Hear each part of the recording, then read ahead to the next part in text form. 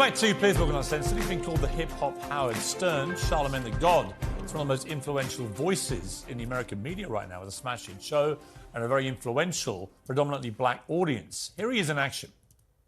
What is it about music that you love so much that would still make you want to go on the damn radio grind? Because you don't need it. You're rich, you're famous. You don't need to be on this radio grind. I love music. Put your hands in the air, one wish. I'm singing, this is how we're living down here. Sitting on the edge, looking out without... Disorder, if you don't mind us asking. You know what? I had a really strong voice, like exceptionally strong voice, till I was 46 years old. They do mention your husband a lot. Uh-huh. And they say, how is she so black, but she married white?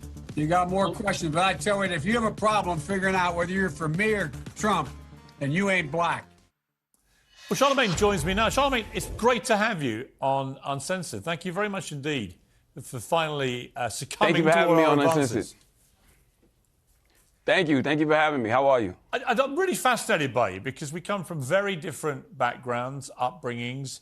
I was always wanted to be a journalist. I trained to be a journalist. I went to an English journalism college and worked my way up, and I do a lot of interviews. You came from a very different background in South Carolina. Nothing about that background suggested that you would end up being one of the most influential interviewers in American media.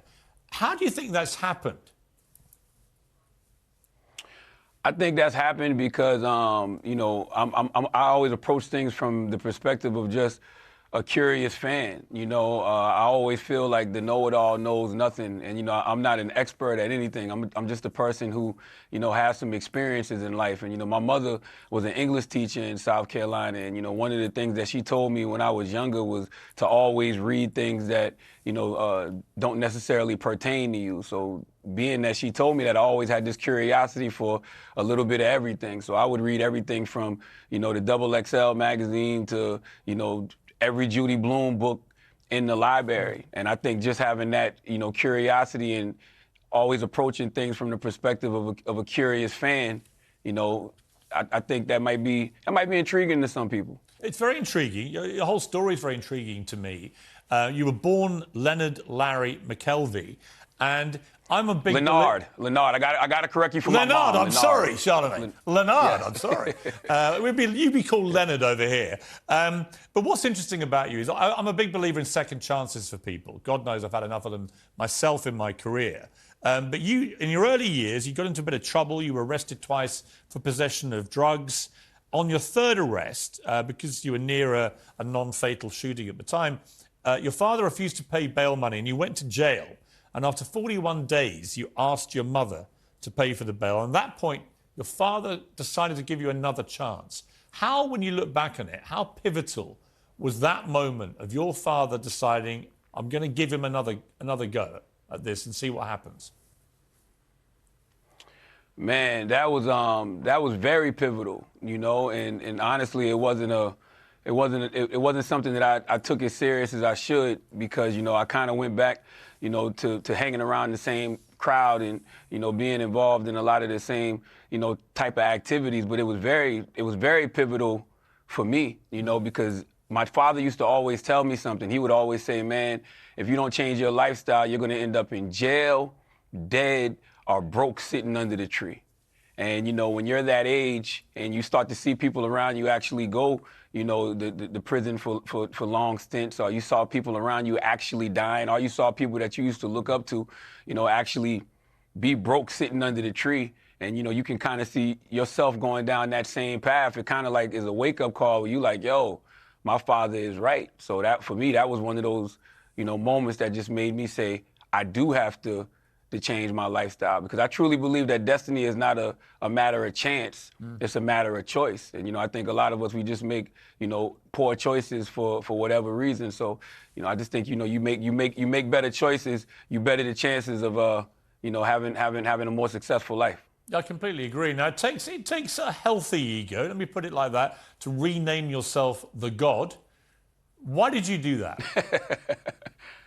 Because I grew up studying the 5% teachings, and in the 5% teachings, they teach you that God is a Greek word derived from the Aramaic words Guma Azzabar, which means wisdom, strength, and beauty. And the first letter of each word was used by Greek students in their identification of their, Egyptian teachers. So that's one thing. And then in the Bible, it says God created man in his image according to his likeness. So, whenever somebody literally said this to me yesterday when I was doing something unhealthy, which is reading the comments on social media, and they said your name is derived from ego. And I said, no, actually, my name is derived from 5% teachings in Scripture.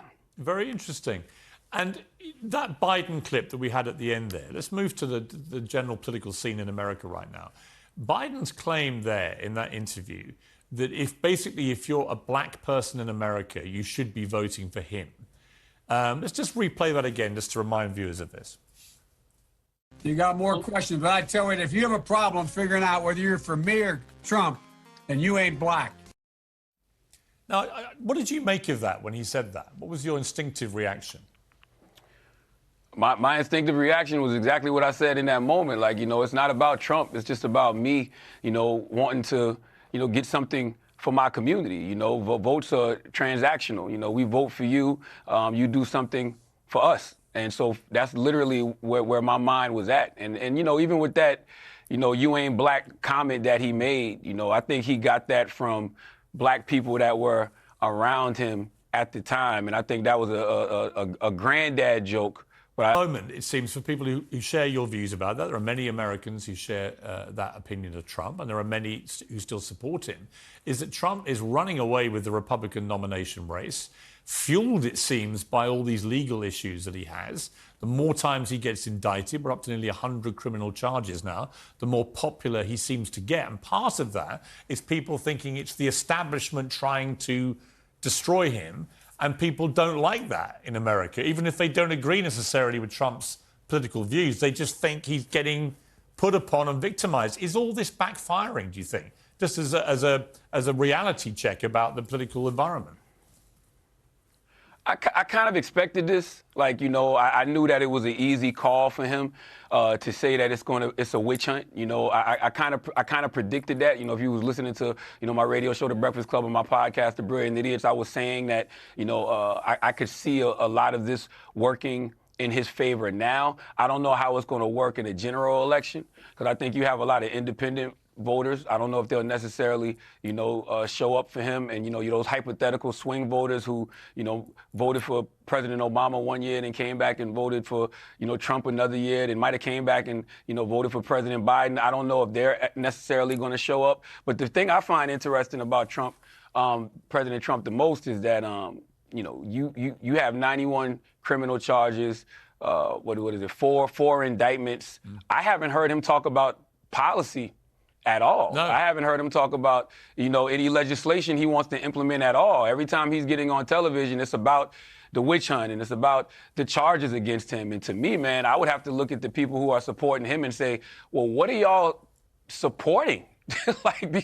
because he's not even out there campaigning. Well, I guess the other side of the coin is that Biden himself is now looking horribly old, and it's not about his age, it's just his ability to perform, to function. I know you said a lot about this yourself, that you're very concerned about this. Nikki Haley wants to put term limits now, on age limits now, on politicians. You're seeing it with Mitch McConnell, you're seeing it with Dianne Feinstein, you're seeing Biden falling over and stumbling and making mistakes constantly. It does seem an extraordinary situation that America, this incredible multiracial, multicultural place, can only come up out of 330 million people with Joe Biden and Donald Trump, one already in his 80s, one heading to his 80s, one facing nearly 100 criminal charges, one can barely string a sentence together. How can it be that this is the only choice that might be presented to the American people next year? Man, you're absolutely right, Piers, and that's something that, I discuss a lot and people around me discuss a lot, but the only thing I can tell people right now, and I don't belong to, any particular party, but I will tell you that you have one party who still seems like, they're attempting to preserve democracy, no matter how old their leadership is, and you have another party that seems like, they're on the fast track to fascism. So you just have to ask yourself, do you care about democracy or not? As an American, you just have to ask yourself that simple question. Do you care about democracy or not? If the answer is yes, then, hey, man, you might have to vote for the elderly. It's an extraordinarily dispiriting choice. Charlamagne, it's great to talk to you. Thank you. It is. Thank you very much indeed for coming on the show. Thank I you. appreciate it. Thank you, Piers.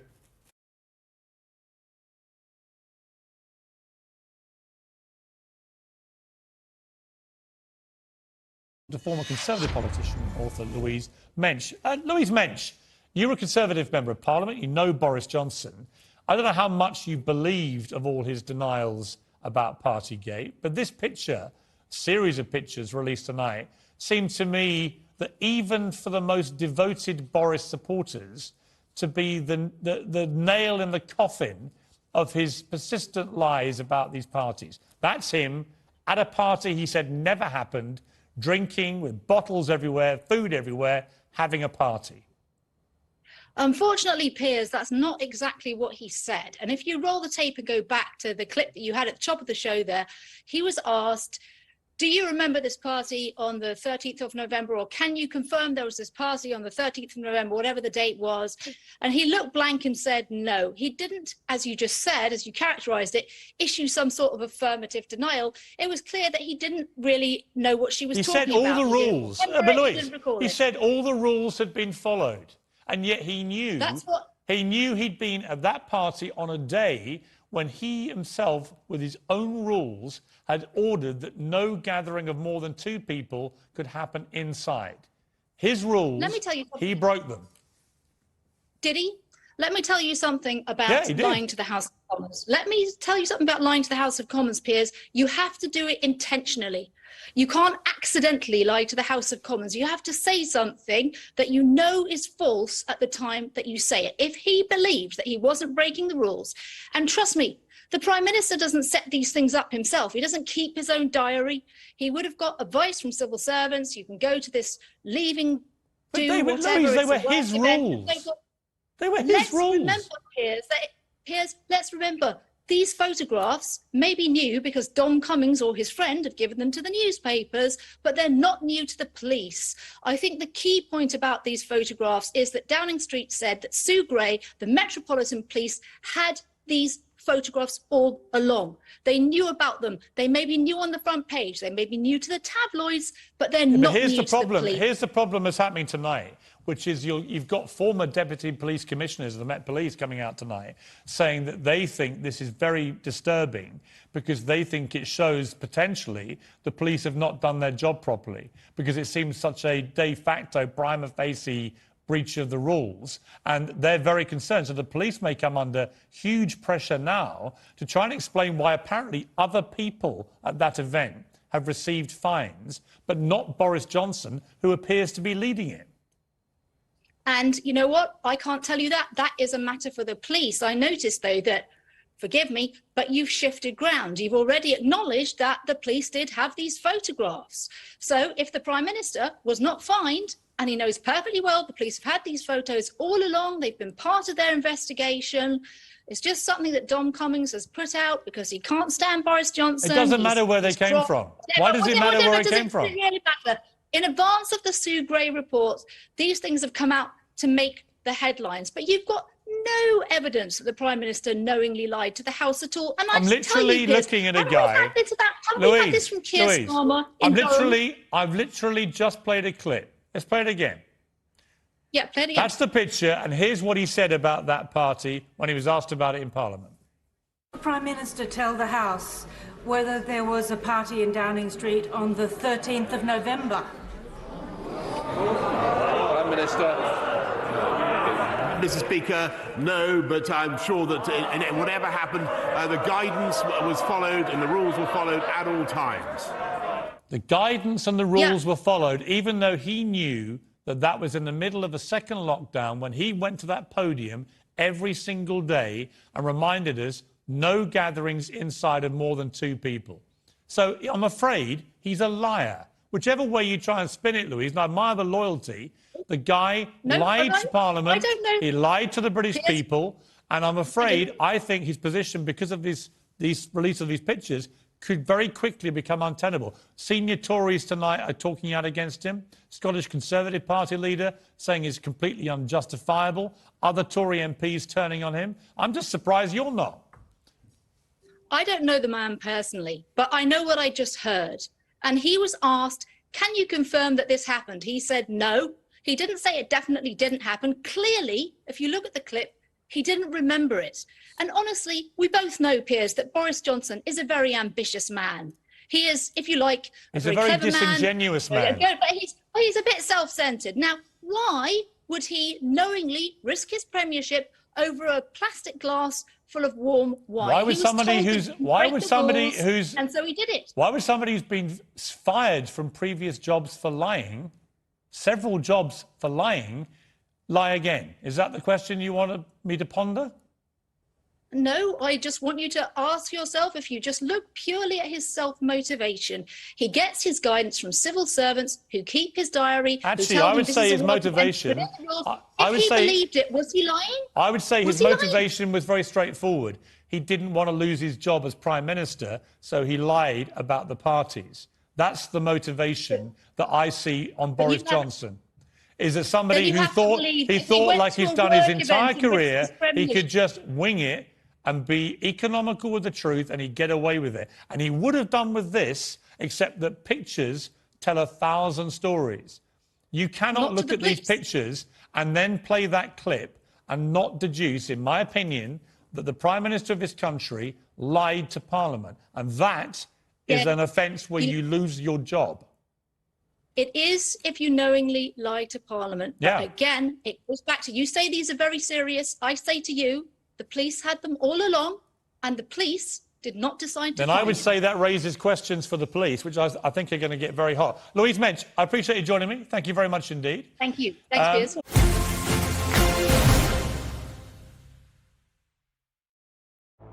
I've never interviewed a senior member of the mob before until now. Michael Franzese is a real-life former mafia boss, a lieutenant in a now infamous crime family who inspired a character in Goodfellas. And Mikey Francesi. Oh, that guy, yeah, I want to see him.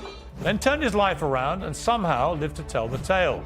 Well, Michael Franzese has a lot of tales to tell. Your own father would put the mafia code ahead of his son's life. Piers, in that life, you got to watch everybody. We're bringing in $7, $8, $9 million a week.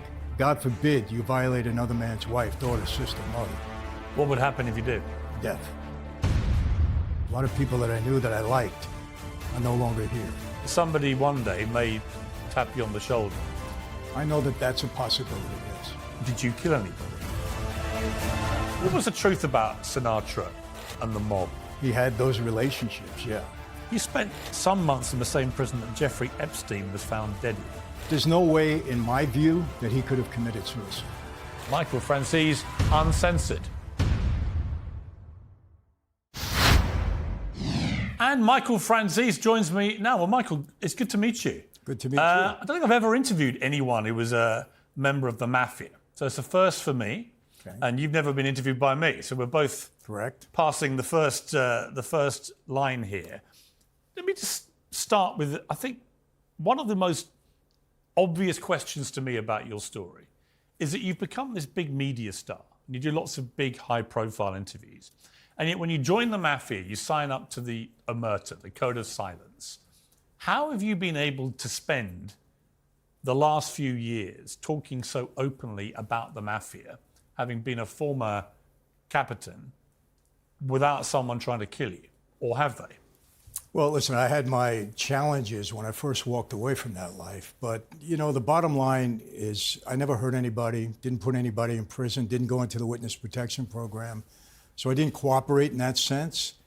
And Piers, to be really honest with you, a lot of things I talk about have been talked about already. You know, surveillance tapes and, you know, there aren't many secrets anymore about that life that law enforcement doesn't know about it. So, and when I left the life, I didn't leave with enemies. I had mostly friends. But there must have been some of them who just on principle would be, because you swear this allegiance and you swear never to talk about what goes on. There must be some that wish you harm, surely. Let's put it this way. When I walked away, I had a lot of trouble. I mean, the boss of my family, who's now gone, Carmine Persico, immediate contract on my life. My dad, who was a pretty prominent figure Which in that is extraordinary because he'd been an underboss himself. Yeah. He put a contract on your life, your own father. He didn't put a contract. He went along with it. the way I was told. He didn't put the contract. But how did that feel? It didn't feel good, honestly. You know, my dad and I were very tight up to that point. But, you know, one thing about my father, this life meant more to him than anything else. That oath meant something to him. And if I was to violate it, you know, he was very upset with me. There's no question. Prepared to have you killed? You know, I've been asked this, and I don't think my dad would have ever pulled a trigger on me. I know he wouldn't, but he might have looked the other way, honestly. In the normal world, Michael, this is just an unconscionable conversation. I know. People watching this going, your own father would put the mafia code ahead of his son's life if it came to it. You know, I hate to say it, but I think that's a possibility. You know, I've had issues with my wife because I love my father. He was my idol, my hero growing up. But my wife said, you would never do that to your son. We have 2 boys. Never do that to your son. I said, you're right. But my dad looked at this a little differently than I did. You know, he was a stand-up guy in that life until he died at 103. He would never give up any part of that life. Did you ever make it up with him after you found out that he had gone along with the contract? I did. And he denied it. He said it wasn't true, you know, which I assumed he would. But you met, he got released from prison when he was 100 or something, 100 right? years old, yeah. And he comes out, and did you go and see him in prison before he came out? Yeah, oh yeah. After knowing about the contract? Yes. And how did that first conversation go? Yeah, again, I didn't even say anything to him because it was the FBI that came into the prison. They said, contract on your life, Persico put it on, and your dad went along with it. He said, we got word from all our informants. I said, okay, I'll deal with it, you know. What was I going to say? But I never really brought it up to him. We had a discussion about it because there was another time during my time in that life that I felt my dad betrayed me a little bit. So I was on my guard with him because, Pierce, in that life, you got to watch everybody. Right. There's no question. I was on my guard with him, but, you know, I didn't talk about it that much. I didn't bring it up to him. I didn't say, hey, you did this to me. Never. Did you ever, before he died, have that conversation? No. Even when he was released? No. But you would have normal conversations with him without mentioning it. I mean, talk about an elephant in the room. That's like a herd. I know. And people have said it's not normal for you not to have, you know, real, you know, animosity towards your dad, but I didn't because I understood the life. You know, not that I would do it with my son, but I understood the life. So I guess it was just my way of thinking. How did you get into the mafia? What was the short version of that journey for you? Short version, I didn't aspire to be a mob guy my whole life, even though I grew up in it. My dad got a 50-year prison sentence for a crime he swore to me that he was innocent of, and until this day I believe that. What was the crime? He was alleged to have masterminded a nationwide string of bank robberies. He was the one that ordered them. And he told me he was innocent. He was framed. I was 19 years old. He went away for 50 years. That was his sentence. And I believed him. And he said, you know, you got to help me overturn this case. I got involved in the life because I wanted to help my father get out of prison, which I eventually did. But that was my reasoning. How long did he serve in the end? 40 out of the 50. Did he really? Yeah, but he was in and out 5 times, each time on a parole violation. Kept coming out, kept going back. But as an underboss himself, he will have committed a lot of crimes. He may not have committed the one that he was convicted of and sentenced to, but he was committing crimes every day. You know, Pierce, yes. I wouldn't say no. But, you know, in my way of thinking, you know, you got to get somebody for what they did. If they get away with things, they get away with things, you know. Law enforcement, Department of Justice, they have enough tools and weapons to get somebody for what they did. That's my way of thinking. They're not allowed to break the law in order to get the lawbreakers. That's how I feel about it. So your dad says that you got to help me. You think there's been a big injustice here. But what's the process that leads to you actually taking the oath and joining the Cosa Nostra? My dad had to propose me for membership. He had to vouch for me, say he has what it takes. And what does that involve? And when you vouch for somebody, and I've seen all the movies. I love The Godfather. I love Goodfellas. You're in Goodfellas when we come to that. Yeah, I love all those movies. But you know, when you sign up, you kind of know what you're signing up to, don't you? Yeah. Well, look, I'm going to be perfectly honest with you. We're in the visiting room, 11-Ward Penitentiary. And I said to him, I was a pre-med student, Oxford University at the time. I said, Dad, I'm not going to school. I had gotten very close to Joe Colombo, who was the boss. I said, if I don't help you out, you're going to die in here. And he said, if you're going to be on the street, I want you on the street the right way. And he said, I got to ask you one question. I said, what? He said, if you ever had to kill anybody, could you do it? And, you know, it's a little shocking to get that. And I thought about it. I said, you know what, Dad, under the right conditions, yeah, I could do it. And he said, that's the right answer. He said, go home. Somebody's going to be in touch with you. Do what you're told. That was the only preparation my dad gave me. He just knew I had it in me. And 2 weeks later, a captain in the family took me to see the boss, and he's passed on now. Mike, I got a message from your father. He wants you to become a member of our life. Is that true? Yes. From now on, 24 hours a day, 7 days a week, you're on call to serve this family. Your mother is sick and dying. You're at her bedside. We call you to service. You leave your mother. You come and serve us. Really? Yeah. From now on, we're number one in your life before anything and everything. When and if we feel you deserve this privilege, this honor to become a member, we'll let you know. And then from that point on, you're basically at their service. And how long before you were admitted in? 2.5 years. And the process is quite a kind of almost spiritual thing, right? Taking the oath. Yeah. You get your thumb or finger pricked. Yeah. Well, to draw blood. And a little, yeah. And what else happens in that? Burn a saint and altar card in your hands, and you actually take an oath. And what is that oath? The oath is if you violate what you know about this life, betray your brothers, you'll die and burn in hell. It's like Saint is burning in your hands. And do you accept that oath? And I said, yes, I did. That's how it starts. Very quick, but it's a very solemn ceremony. Dimly lit room, late at night. They wanted you to understand the seriousness of what you're getting involved in. For those who have no comprehension of mafia life, only from what they've seen in the movies, which tends to slightly glamorize it, to be honest with you, the reality, I would imagine, is not glamorous. It's pretty hardcore. Yeah. It's about making a lot of money, and it's about where you need to breaking the law and where you need to killing people. I mean, that's really how it works, right? Well, it's part of the life, yes. I mean, you know, I don't like people to get the impression that every day, you know, we go around killing people and baseball batting people and doing that. That's not part of the life. When you take the oath, it's an oath of omerta, meaning silence. You're not even supposed to admit that the life exists. But as part of that life, obviously, you're a criminal. You do bad things. But it's not what you did every day. It wasn't your everyday life. But, you know, and I don't ever try to justify it. The way we justified it, you know, one of the horrors of that life, Pierce, you make a mistake. You violate the oath. How do you violate the oath? God forbid you violate another man's wife, daughter, sister, mother. What would happen if you did? Death. Death. You deal with drugs. During my era, no drugs. You deal with drugs, you die.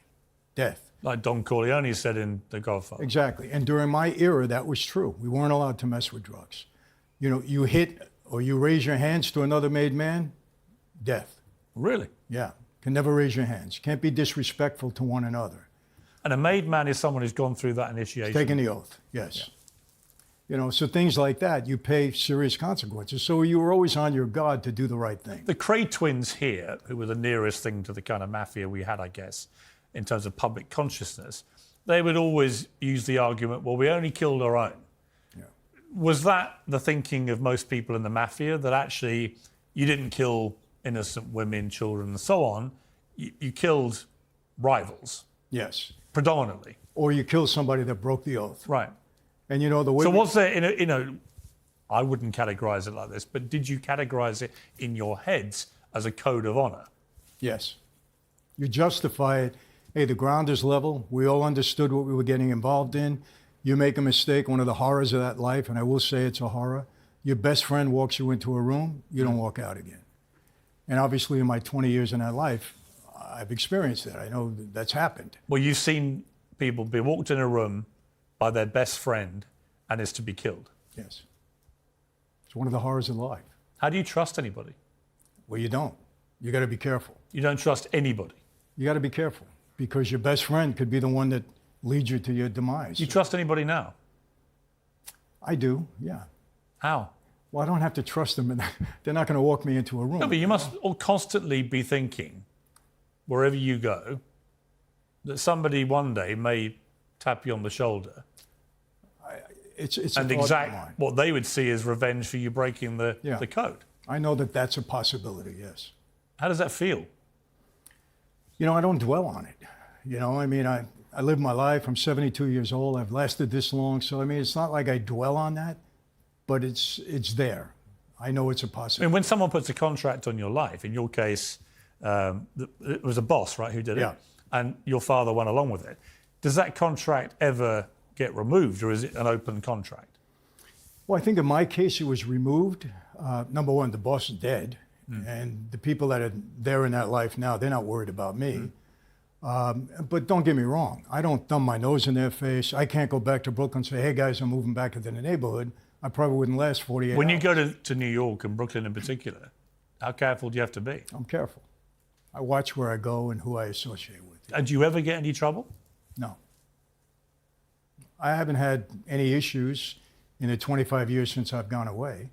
I mean, I've heard things, social media, people make threats on your life, but that's nonsense. But no, I've never had anything seriously that I had to be concerned about. How lucrative is it to have been a senior member of a Mafia 5 family? I mean, at your peak, when you were a captain with 300 people under you, how much were you making? Well, I devised a scheme along with a partner to defraud the government out of every tax on every gallon of gasoline. We ran it for about 8 years. At the height of our operation, we're selling 500 million gallons of gas a month, taking down 20, 30, 40 cents a gallon. We were bringing in $7, $8, $9 million a week. A week? A week, yeah. And how did that get distributed?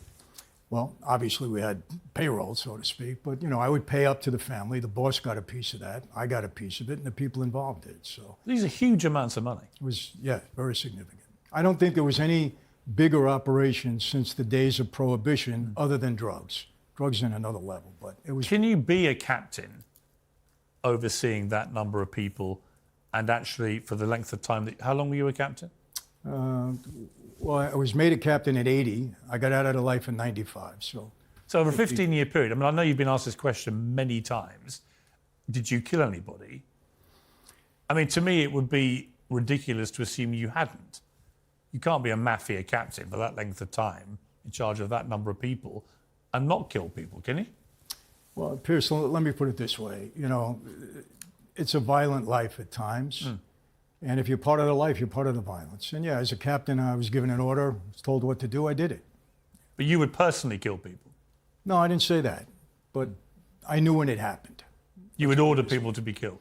I didn't order it, but if I had to carry out I mean, you're being a bit, I did it. If you don't mind me saying, you're being a bit weaselly with the words, because if the order came down, it was your job to make sure that order got executed, literally. Yeah. People got killed.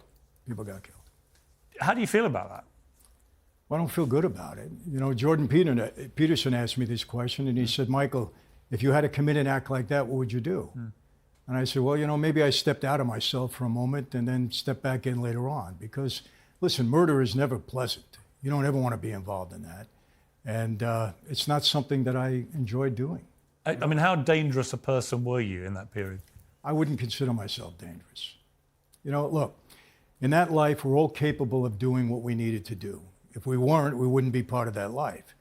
But was I a guy that wanted to go around killing people? Was that a first course of action? There were guys that would do that. That was their first thought. It wasn't for me. I want to show the clip from Goodfellas. Now, you're portrayed by Joseph Bono in this. Well, that's you. You're Mikey Francesi, but that wasn't your family. No. It was another family. It was another family. Obviously, I think I read a story. You took your wife to see that movie. Yes. And very quickly she said, tell me this is not what it was like. Right. And you ended up leaving the cinema, right? Yes. Tell me about that. Well, my wife, she's not into all of this. She didn't want to know about it. She didn't want to, she didn't study it or anything else. And so I took her to see Goodfellas. But she knew you'd been in the Mafia. Well, she knew it, yes. She knew it. And she knew I was out of the life. But I said, honey, let's go see the movie. I just gotten out of jail. I said, a little nostalgic. I knew all those guys. I knew Henry well. I knew Jimmy Burke well. So we go, and it starts out very graphically. And so she looks at me and she says, is this what your life was really all about? Because my wife didn't have knowledge. She was from Anaheim, California, a young girl. And I said, come on, honey, it's a movie. They make things up, Well, no sooner I say that than this scene comes up, and she looks at me and I said, come on, let's go. Because I was surprised that he put me in the movie. And I didn't know how much more he was going to put of me. So you didn't know you were in the movie? No, I had no idea. Till you saw it? Yeah, I had no idea.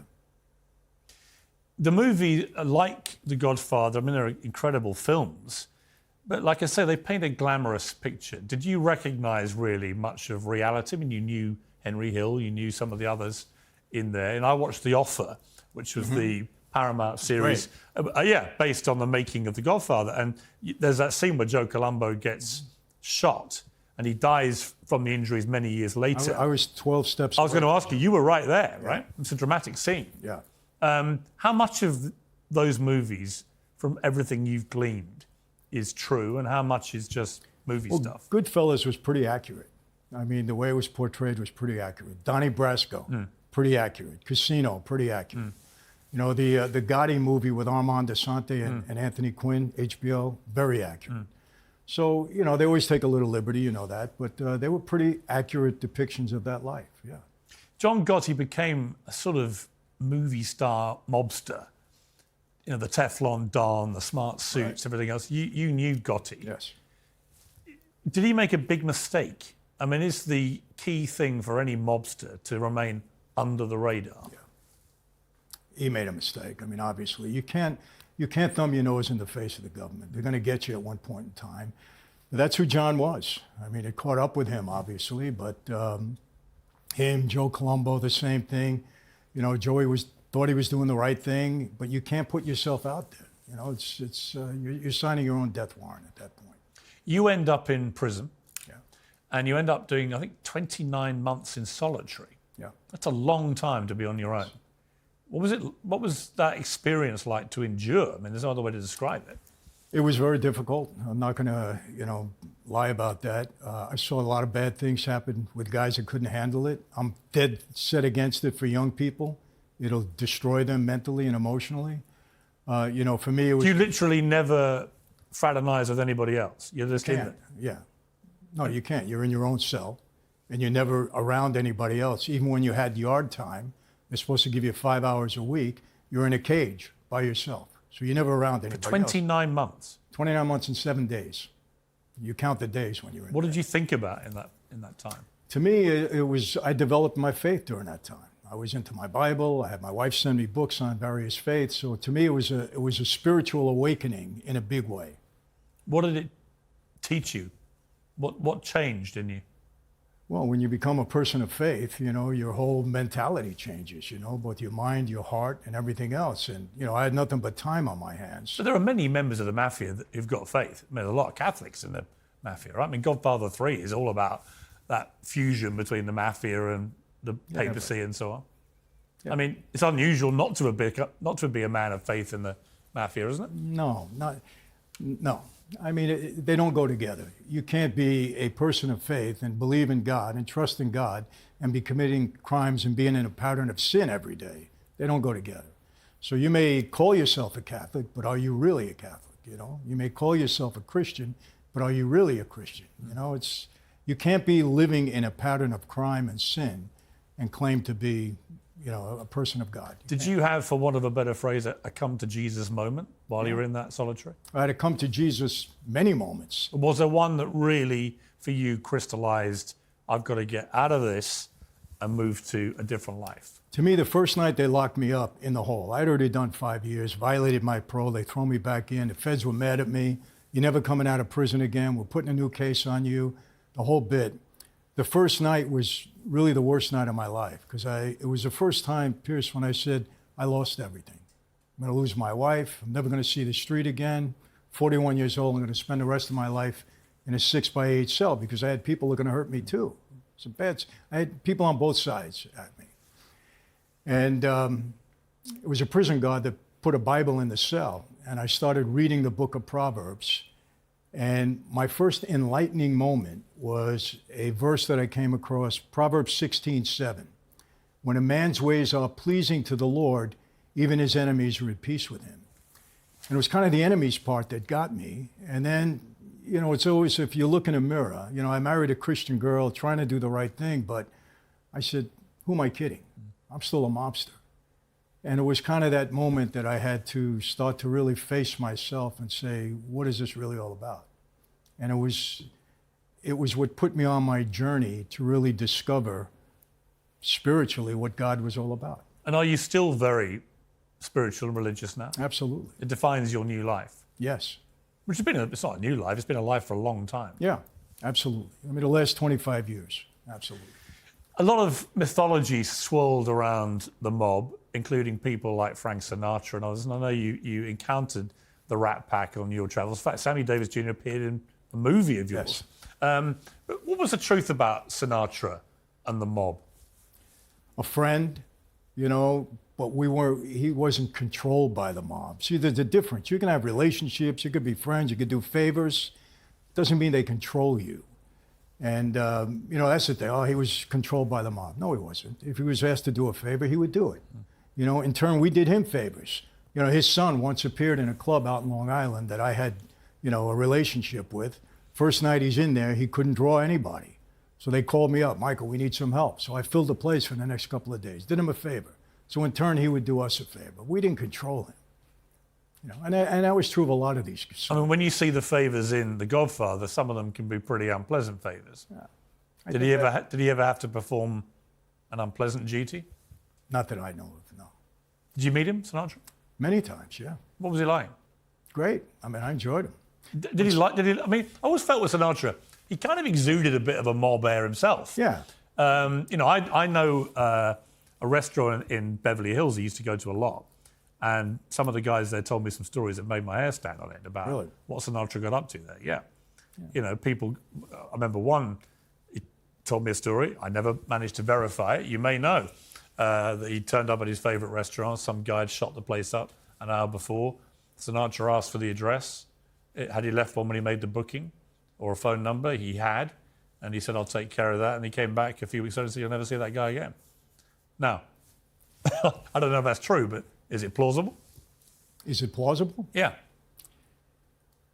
Possibly, yeah. He had those relationships, yeah, definitely. And the Colombo family in particular, he was very tight with. He was, yeah. He performed at a lot of the Italian American Civil Rights League galas that we had, and he was close to Joe Colombo, close to my dad. How did you get Sammy Davis in your movie? Did me a favor. He wouldn't accept any money. I gave him a gold watch. That was it, you know, just did me a favor. Why are these people all doing you such favors, Michael? Is it because they think you're going to kill them? No, I don't think he was worried about that. You know, just respect. Listen, we respect. I mean, I would probably do you a favor, and you've not even been in the mob for 30 years, right? Yeah. Just because well, why wouldn't I? I mean, you know, that's the atmosphere that mob people have around them, right? You know, Pierce, a lot of people think that we had to strong arm everybody. A lot of people just wanted to be around us. You know, well, because they found it exciting. They found it exciting. We took care of them. Maybe they can get a little advantage. You know, who knows? But it wasn't everybody think we had the arm on somebody and we forced them to do things. You know, a lot of times a guy like Sinatra, we want him to succeed. Number one, he's Italian. You know, that meant something to us. We want him to succeed. You know, we weren't looking to hurt him. Dean Martin, not so friendly. No, he wasn't. He was more standoffish. But I knew him. I met him a couple of times. But did he just not really want to go there? Yeah. And nobody forced him to at all. Do you ever hang out with your old mates from the mob? Now? Yeah. No. Any of them? No. Would you ever? Or would you see that as dangerous? I would, but they're all gone. They're all dead or in prison. There's nobody around from my former life of any meaning. Maybe some of the younger guys, but no. They're all gone. Would you, if you'd stayed in, would you be dead by now? I would be dead or in prison for the rest of my life. You got to understand something with me. Number one, from the moment I got into the life, I had a bullseye on my back from law enforcement. I mean, I was arrested 18 times. I had 7 indictments, 2 federal racketeering cases. I went to trial 5 times. So from the minute I got into that life, I was a target. So it was just part of my life. I mean, I grew up in it, and then it came on to me. So and then we had a big war in our family. And while I was in the hole, we went to war. I think 13 guys got killed, 18 guys became informants, 63 guys went to jail. You don't survive that. So it was one way or the other, I was going down. Are the 5 families still going? Yeah. And are they still as active as they used to be or not? Not the same. You know, the golden You don't really years, hear much about the mafia anymore. You don't. Is that deliberate? That they understood if you put your head above the parapet like Gotti, it's just a recipe for disaster? It's deliberate in that regard, and because they're not as active as we once were. The golden years of that life, if you want to call it that, from the early 50s, late 40s, early 50s to the mid 80s when they started killing everybody off with the Racketeering Act. But before that, that's when we had a lot of power and a lot of control. After that, things changed. When you try and book a table in a restaurant in Brooklyn, what happens? Now? Yeah. I don't have any trouble. You use your own name? Yeah. Do you get a good table? Yeah. I bet you do. Yeah. Interestingly, Rudy Giuliani. I mean, you probably don't need my help, but if you ever do, just let me know. I'll probably think twice about using your name, Michael. Get you some good play. No, they'll treat you well. Rudy Giuliani was your sworn enemy for a long time. In fact, partly responsible for you ending up in prison. Yeah. And yet you end up not only making up with each other, but he ends up writing a foreword to your book. Yes. It's a bizarre twist. How did that happen? A friend of ours put us on a radio show together maybe a year and a half ago. And Rudy said, Michael, I've been watching you for 30 years. He said, I tried to put you away for life. I've been watching you for 30 years. I think your conversion, your redemption is legitimate. And I said, well, thank you. I said, because it is. And I don't want to say we're friends, but my publisher said, will you ask him to write the foreword to your book? I said, well, that's a little bit too much, but I'll ask him. And he wrote it. And he wrote a good one, really good. He, ironically, is now facing potential imprisonment himself. Yeah. How do you feel about what's happened to him? I don't feel good about it. I think what they're doing to Trump and anybody around him is just horrible.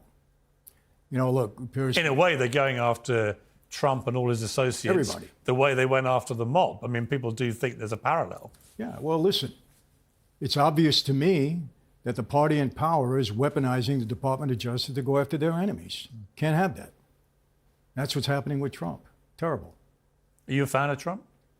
I support him as president, absolutely. That wasn't quite the question I asked you. I guess I am a fan because I would love to see him be our president again. He was a good president. I mean, he got very angry with me, actually. We fell out. We've fallen back in. He called me last week, but we fell out when somebody gave him a list of things that I'd written about him, including calling him behaving like a mob boss. He took particular exception that I had said he behaved like a mob boss. But sometimes he does have that swagger about it. What's wrong with that? I mean, if it's quite a lot, actually, Michael. I mean, you may not think there's anything wrong with it, but for most people, behaving like a mafia mob boss is not a compliment. Well, you would take it as one. You know what? You know how many people tell me, I wish the mob was running the country right now? That's how it's switched over. And I said, well, they actually are. You just don't realize it. Right. But, and I mean the real mob in the White House. But no, look, Trump, I don't care what anybody says about him. I'm not interested in the nonsense that's around him. I'm interested in what he did as president. He was a good president. His policies were great. And the country was in good shape when he was there. That's what I care about. You ever met him? A long time ago. He probably wouldn't remember, but I met him in a club with Roy Cohn at the time, who represented a bunch of guys. And what did you talk about? It was quick, hello, Donald, how are you? That was it. Did he know who you were? He probably did, because if he didn't at that time, I'm sure Roy said, you know who that is, yeah. Andrew Tate is an interesting character. You're friends. Yeah. So you actually said this about me and Andrew Tate. You gotta love the way he controls a room. Whenever he gets into the room, the guy is intelligent. He's quick on his feet. He rattles things off. He's got such command of information. He sits down with Piers Morgan. Now, Piers Morgan, one of the best out there, and he's brutal. He doesn't hold back. He comes after you. He's not taking it easy. But Andrew sat down with him, and I'm telling you, he controls the room, even with Piers Morgan. Now, I would take slight issue with that, Michael, as you would expect. Well, I give you a good compliment because I believe that. Yeah, but I know what you mean about Tate. He's a very charismatic guy. A lot of people love him. A lot of people hate him. We don't know the truth about these charges he's facing. We'll have to see how that all plays out. What do you think about his influence on young men in particular? Because I know lots of mothers who are very concerned about what they see as a bad influence, particularly as they see it, misogynist views about women. What do you think of him? Well, look, I think Andrew could be abrasive at times. I don't agree with, look, I have a wife and 5 daughters. And my wife, anybody will tell you, I put her up on a pedestal. My daughters are all very independent. So when you see Andrew Tate say women should stay at home, they shouldn't go out to work, the man should be in control of them, they shouldn't even go out without his permission. When you hear him say all that stuff. I don't agree with that, okay? I think I understand what he's saying. He wants to be the man of the house. He wants to be the provider, the protector. I agree with all of that. Yes. I don't agree that she has to stay in the house and just be a housewife. No. I mean, if my wife wanted to work, she could work. As a matter of fact, she does work. She works with me. But I think his message to young men is vital, because I think there's been such a feminization of men, especially in our country, that it's terrible. I mean, it's affecting our military. It's affecting, I mean, I have 5 daughters that say, Dad, I can't find a good guy, you know, and they mean it, you know, and we see what's happening. So we need men to Has it crossed your mind that that might be because they don't want to meet Daddy? Well, or upset Daddy's daughter? Well, it could be. But in some cases it is. But no, I mean, look, I support his message to young men to be men. And like I said, I think a lot of the things he says are taken out of context because people do hate him, you know, because of what he says. But I support. I'm struck by just how widespread his influence is. Amazing. I would say 1 in 5 people that come up to me are young men who want to talk about Andrew Tate. Well, what does that tell you? Well, it that tells men me are hungry for a mentor. Yeah, it tells me that they're hungry for someone who isn't going to demonize young men in the way they feel they've been demonized. I think there's no doubt about that. I just have a real problem when he goes off on his misogynist rants. I have a daughter too. I just think it's very kind of Dickensian, that kind of chat, you know? Yeah, he doesn't need to do that. He is abrasive at times, and I think the way he says things rubs people wrong, and, you know, but the overall message, I think, is important, and it's a good one. You spent some months in the same prison that Jeffrey Epstein was found dead in. Mm-hmm. What do you think happened to him? There's 2 schools of thought. He hung himself or he was murdered. Not only did I spend time in that prison, I spent time on that tier. Right. Because I was in lockdown there. There's no way, in my view, that he could have committed suicide.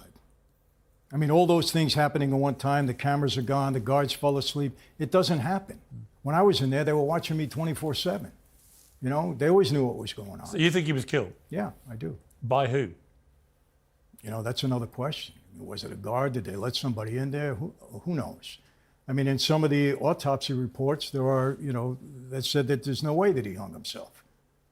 No way. So I don't believe that he committed suicide. When you were in general population as a prisoner, as a well-known member of the mob, was it like we saw in Goodfellas with Paulie with his kitchen and everything else? I mean, but was there any of that? I mean, did you get special treatment? Never to that extreme. The special treatment we got is if we had Italian guys or guys we knew in the kitchen, we'd eat a little better. We made sure the guards ate a little bit, but never bringing things on the outside like that. No, no way. That's fantasy. Did anyone else ever try and attack you, or did the mob have a kind of invisible fence around them? I never had a problem. But did anyone in the mafia, or was it John always... Gotti got beat up in prison. Right, so it did happen. Yeah, absolutely. In prison, you can't, it doesn't matter who you are, especially if you're in high security. You can't throw your weight around with guys that are doing life that have nothing to lose. You're going to respect them or you're going to pay for it. How old are your daughters now? My oldest is 45. My youngest is 25. So with all of them, they must have reached a stage, at some stage of each of their lives, where they've wanted to look you in the eye and say, hey, Daddy, what did you actually do in the mafia? They've never approached me with that. Really? No, they never did. You know, I think they just dealt with it differently. Like, you know, some of them had trouble because of that. I do all the time I did in prison, and but they don't exploit it either. They don't like brag about it or talk about it, nothing, you know. But they're not curious? I mean, do they never ask you, did you kill people? No, they never asked me that. Well, would you tell them the truth if they asked you? No. Really? I wouldn't discuss it with them. So why would you ask me that, you know? I mean, if my dad had been in the mafia, I'd probably ask him the question. Maybe because I have 2 boys, too. And have they asked you? No. Really? No. So you've got 7 kids and none of them have ever asked you that question? I think they might assume, but they never asked me. And what about your wife after you came out of that? She never asked me. She never asked you? No. Even when you went to Goodfellas and she saw what was going on? Look, my wife is very bright, very smart. I think she knows, or she assumes, but she don't want to hear it from me. Why? Do you ever worry about that scene in Godfather 3 where Pacino says, they sucked me back in? No. I have no desire. I'd have to be out of my mind, Pierce. I mean, I wouldn't last, number one, on either way. I mean, you look and sound a bit like Pacino in Godfather 3. That's why I'm asking you. He's about that age in the movie when he gets sucked back in. Something happens, and he feels himself. Yeah, every time I think I'm out, they pull me back. Yes. No. Never happened. You know, nothing could persuade you back in. Nothing. Whatever happened. Nothing. No. I have no desire, none whatsoever. What do you think of the new trend of mob wife clothing? We see it a lot. Emily Ratajkowski, Kourtney Kardashian, Jennifer Lopez. Yeah, it's mob fashion. It's back in. I mean, my daughter actually. We're looking at some pictures. I mean, do you like the look? Is it? I liked it, yeah. My daughter actually did some, she does some modeling and things, and she actually did a couple of little ads recently. Yeah, there's nothing wrong with it. You've written about this, done many interviews. When you look back at that whole period of your life, what's your main takeaway from it all? Whether I have regrets, the main takeaway. Do you have regrets? I do. What are the regrets?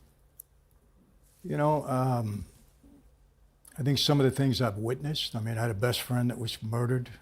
I had a lot of guys. I saw a lot of death, Pierce. A lot of people that I knew that I liked are no longer here. And some of them, I think, shouldn't have died. How many people are we talking? Oh, God. Well, I'll give you a little example. Fortune magazine wrote an article, 1986, 50 biggest and wealthiest mob bosses in the country. Huge article, half the magazine. They featured 6 of us. I was one of the 6. They had a chart with the 50 of us on there according to rank and wealth and power. I was number 18, youngest guy on the list. 5 behind Gotti, he wasn't boss yet. But out of that list of 50, which was silly list, today, some 30-odd years later, 48 of them are dead. Really? Yeah. Number 49, still in prison. He's older than me.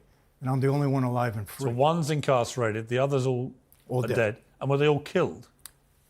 Some were murdered, some died in prison, a few died naturally. But most of them were either murdered or died in prison. So do you feel lucky that you got out? Blessed. Yes.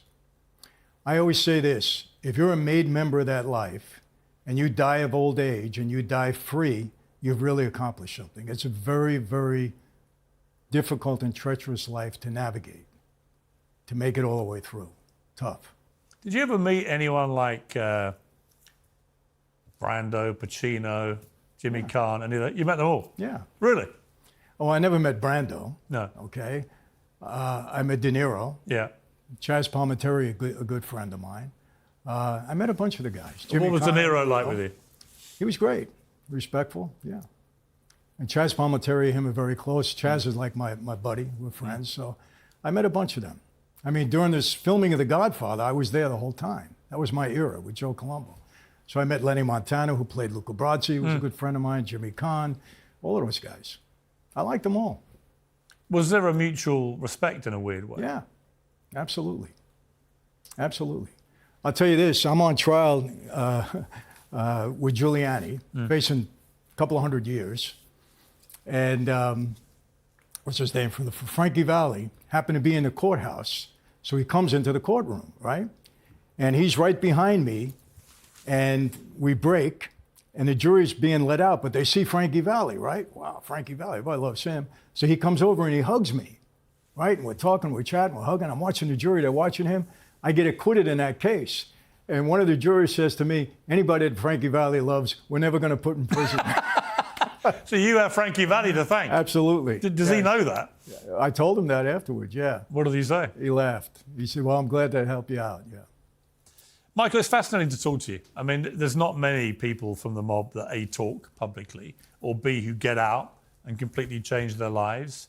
You know, you're married with 7 kids. You've got, as you say, a very blessed second half of your life. And I appreciate you coming on. Well, thank you. And your candor. And I'm going to be back here on tour. Yeah, you're doing a tour in March. Starts March 10.